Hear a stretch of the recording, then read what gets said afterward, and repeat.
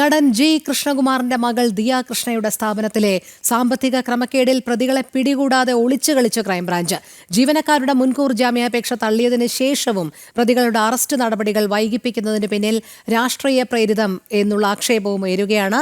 പ്രശാന്ത് ശങ്കരമംഗലത്ത് ചേരുന്നു. പ്രശാന്ത്, നമുക്കറിയാം നടൻ ജി കൃഷ്ണകുമാറിന്റെ മകൾ ദിയ കൃഷ്ണയുടെ സ്ഥാപനത്തിലെ സാമ്പത്തിക ക്രമക്കേട് ഏത് രീതിയിലാണ് നടന്നത് എന്നുള്ളതും പിന്നീടുള്ള അന്വേഷണത്തിൽ കൃത്യമായി ഈ ജീവനക്കാരുടെ പങ്ക് വ്യക്തമായതുമാണ്. തുടർന്നാണ് ക്രൈംബ്രാഞ്ച് കേസന്വേഷണം ഏറ്റെടുക്കുന്നത്. പക്ഷേ മുൻകൂർ ജാമ്യാപേക്ഷ തള്ളിയതിനു ശേഷവും ഇപ്പോഴും ഈ പ്രതികളുടെ അറസ്റ്റ് നടന്നിട്ടില്ല. ഇത് വല്ലാതെ വൈകുകയാണ് എന്ന് തന്നെയല്ലേ മനസ്സിലാക്കേണ്ടത്? ഇതിന് പിന്നിൽ ഏതെങ്കിലും രീതിയിലുള്ളൊരു രാഷ്ട്രീയ ഇടപെടൽ ഉണ്ടാകുന്നുണ്ടോ? ഈ കേസ് ആദ്യം അന്വേഷിക്കുന്നത് മ്യൂസിയം പോലീസാണ്. രണ്ടാമതാണ് ക്രൈംബ്രാഞ്ചിന് കൈമാറുന്നത്.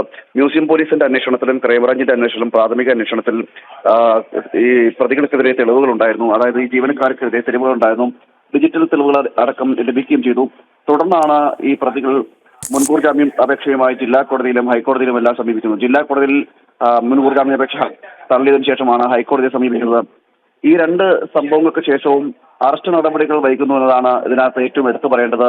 പ്രതികളെ വിളിച്ചു വരുത്തുവാനോ ചോദ്യം ചെയ്യുവാനോ ഇതുവരെ ക്രൈംബ്രാഞ്ച് തയ്യാറായിട്ടില്ല എന്നാണ് മനസ്സിലാക്കാൻ കഴിയുന്നത്. കാരണം കൂടുതൽ ചോദ്യം ചെയ്യലിലൂടെ മാത്രമേ കൃത്യമായ വിവരങ്ങൾ ലഭിക്കുകയുള്ളൂ. മൂന്നുപേരുടെയും അക്കൗണ്ടിലൂടെ പണം കടന്നുപോയതിന്റെ ഡിജിറ്റൽ തെളിവുകൾ അടക്കം, അതായത് ട്രാൻസാക്ഷൻ നടന്നതിന്റെ ഡിജിറ്റൽ തെളിവുകൾ അടക്കം ക്രൈംബ്രാഞ്ചിന് ലഭിച്ചിരുന്നു. ഈ ഡിജിറ്റൽ തെളിവുകളും മറ്റു തെളിവുകളും നിരത്തിക്കൊണ്ടാണ് മുൻകൂർ ജാമ്യം നൽകരുത് എന്ന കാര്യം ക്രൈംബ്രാഞ്ച് കോടതിയിൽ പറഞ്ഞത്.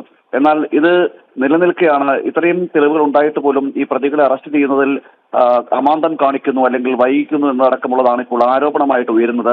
ഇതുവരെ ഈ മൂന്നുപേരെയും, ഈ ജീവനക്കാരികളായ മൂന്നുപേരെയും വിളിച്ചു വരുത്തി ചോദ്യം ചെയ്യുവാനോ മറ്റു തുടർ നടപടികൾക്കോ തയ്യാറായിട്ടില്ല എന്നതാണ് ഏറ്റവും എടുത്തു പറയേണ്ടത്.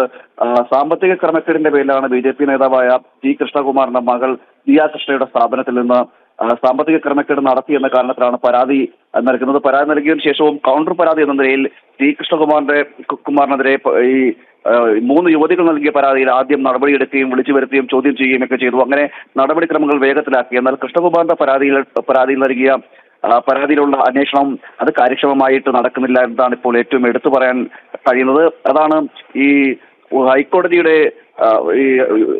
ഹൈക്കോടതി ഹർജി തള്ളിയിട്ടും, അതായത് മുൻകൂർ ജാമ്യം തള്ളിയിട്ട് പോലും തുടർന്നുള്ള നടപടികൾ പോലും വേഗത്തിലാക്കാൻ പോലീസിനോ അല്ലെങ്കിൽ ക്രൈംബ്രാഞ്ചിനോ കഴിയുന്നില്ല, അന്വേഷണ സംഘത്തിന് കഴിയുന്നില്ല. ഇതാണ് ഈ രാഷ്ട്രീയ ലക്ഷ്യം ഇതിന് പിന്നിലുണ്ടോ എന്നൊരു സംശയവും മുന്നിൽ നിൽക്കുന്നത്. കാരണം BJP നേതാവായത് കൊണ്ടാണോ കൃഷ്ണകുമാറിന്റെ കാര്യത്തിൽ മാത്രം ഈ സമീപനം സ്വീകരിക്കുന്നത് എന്നതടക്കമാണ് ഇപ്പോൾ ആക്ഷേപമായിട്ട് വരുന്നത്. നമുക്കറിയാം, ഇത്തരത്തിലൊരു സാമ്പത്തിക ക്രമക്കേട്, അതും ചെറിയ തുകയല്ല, 69 ലക്ഷം രൂപയുടെ തുക തട്ടിയെടുത്തതാണ് കേസ്. ഇത്തരമൊരു കേസ് ഉണ്ടാകുമ്പോൾ സ്വാഭാവികമായിട്ടും പോലീസ് സ്വീകരിക്കുന്ന നടപടി ഈ പ്രതികളെ വിളിച്ചു വരുത്തുകയും കസ്റ്റഡിയിലെടുത്തുകൊണ്ട് ചോദ്യം ചെയ്തുകൊണ്ട് തെളിവുകൾ പരമാവധി ശേഖരിച്ച് അറസ്റ്റ് നടപടിയിലേക്കടക്കം കടക്കുകയാണ് ചെയ്യുന്നത്. ഇതിൽ കൃത്യമായ തെളിവുകൾ പോലീസിന്റെ ഭാഗത്ത് ലഭിച്ചിട്ടുണ്ട്. സാമ്പത്തിക ക്രമക്കേട് നടത്തിയതിന് കൃത്യമായ രേഖകൾ ക്രൈംബ്രാഞ്ചിന്റെ ഭാഗത്തുനിന്ന് ക്രൈംബ്രാഞ്ച് ശേഖരിച്ചിട്ടുണ്ട്. എന്നിരുന്നിട്ടും തുടർ അന്വേഷണമോ ഈ യുവതികളെ വിളിച്ചു വരുത്തുവാനോ ഒന്നും ക്രൈംബ്രാഞ്ച് തയ്യാറാക്കുന്നില്ല. ഇതിന് പിന്നിൽ എന്തെങ്കിലും ഗൂഢലക്ഷ്യമുണ്ടോ അല്ലെങ്കിൽ പ്രതികളെ സംരക്ഷിക്കുന്ന നടപടിയാണോ ക്രൈംബ്രാഞ്ച് സ്വീകരിക്കുന്നത് എന്നതടക്കമുള്ള സംശയങ്ങൾ ഉണ്ടാകുന്നത്. ഇതുവരെ ഇപ്പോൾ ഹൈക്കോടതിയുടെ വിധി വന്നതിന് ശേഷം 2 ദിവസം പിന്നിടുന്നു. ജാമ്യ ഹർജി തള്ളിയതിനു ശേഷം 2 ദിവസം പിന്നിടുന്നു. ഈ 2 ദിവസം പിന്നിട്ടുമ്പോഴും ക്രൈംബ്രാഞ്ച് സ്വീകരിക്കുന്ന സമീപനം മന്ദമായിട്ടുള്ള സമീപനമാണ്.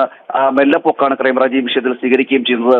മറ്റ് ഏതെങ്കിലും ഒരു കേസായിരുന്നെങ്കിൽ അല്ലെങ്കിൽ മറ്റേതെങ്കിലും ഒരു വിഷയമായിരുന്നെങ്കിൽ സ്വീകരിക്കുന്ന സമീപനവും ഈ കേസുമായി ബന്ധപ്പെട്ട് സ്വീകരിക്കുന്ന സമീപനവും തമ്മിലുള്ള വ്യത്യാസം നമുക്ക് മനസ്സിലാക്കാൻ കഴിയുകയും ചെയ്യും. അതാണ് ഈ സംശയങ്ങൾക്കും ആരോപണങ്ങൾക്കുമൊക്കെ അടിസ്ഥാനമായിട്ട് ഇങ്ങനെ നിഴലിച്ചു നിൽക്കുന്നത്. കാരണം എന്തെങ്കിലും രാഷ്ട്രീയ പ്രേരിതമാണോ അതോ അല്ലെങ്കിൽ പ്രതികളെ സംരക്ഷിക്കുന്ന തരത്തിലുള്ള നിലപാടുകളാണോ പോലീസും ക്രൈംബ്രാഞ്ചും സ്വീകരിക്കുന്നത് എന്നതടക്കമുള്ളതാണ് ഇപ്പോൾ സംശയമായിട്ട് ഉയർന്നത്. 69 ലക്ഷത്തിലധികം രൂപ തട്ടിയെടുത്തു എന്നതായിരുന്നു പരാതി. മാത്രമല്ല അത് ഓൺലൈനായിട്ടും, അതായത് QR കോഡ് വഴിയും അല്ലാതെ കസ്റ്റമർ വഴി നേരിട്ടും പണം തട്ടിയെടുത്തു എന്നതടക്കമുള്ളതായിരുന്നു ആരോപണമായിട്ടും പരാതിയായിട്ടും വരുന്നത്. ഇതിന്റെ പേരിലാണ് തുടർന്ന് അന്വേഷണം നടക്കുന്നത്. അന്വേഷണത്തിന് ശേഷം ഈ പെൺകുട്ടികൾക്ക് മുൻകൂർ ജാമ്യത്തിലുള്ള അവസരം പോലീസ് ഒരുക്കി കൊടുക്കുന്ന ഒരു സാഹചര്യം നമുക്ക് ഈ കേസിൽ കാണാൻ കഴിയുമായിരുന്നു. അത് ജില്ലാ കോടതിയിലേക്കാണെങ്കിൽ പോലും ഹൈക്കോടതിയിലേക്കാണെങ്കിൽ പോലും മുൻകൂർ ജാമ്യത്തിന് ഒരു അവസരം ക്രൈംബ്രാഞ്ച് ഉണ്ടാക്കി കൊടുക്കുന്നു എന്നതും ഒരു പരാതിയായിട്ട് ഉയരുന്ന ഒരു സാഹചര്യമുണ്ട്. രോഹിണി, പ്രശാന്താണ് വിവരങ്ങൾ നൽകിയത്.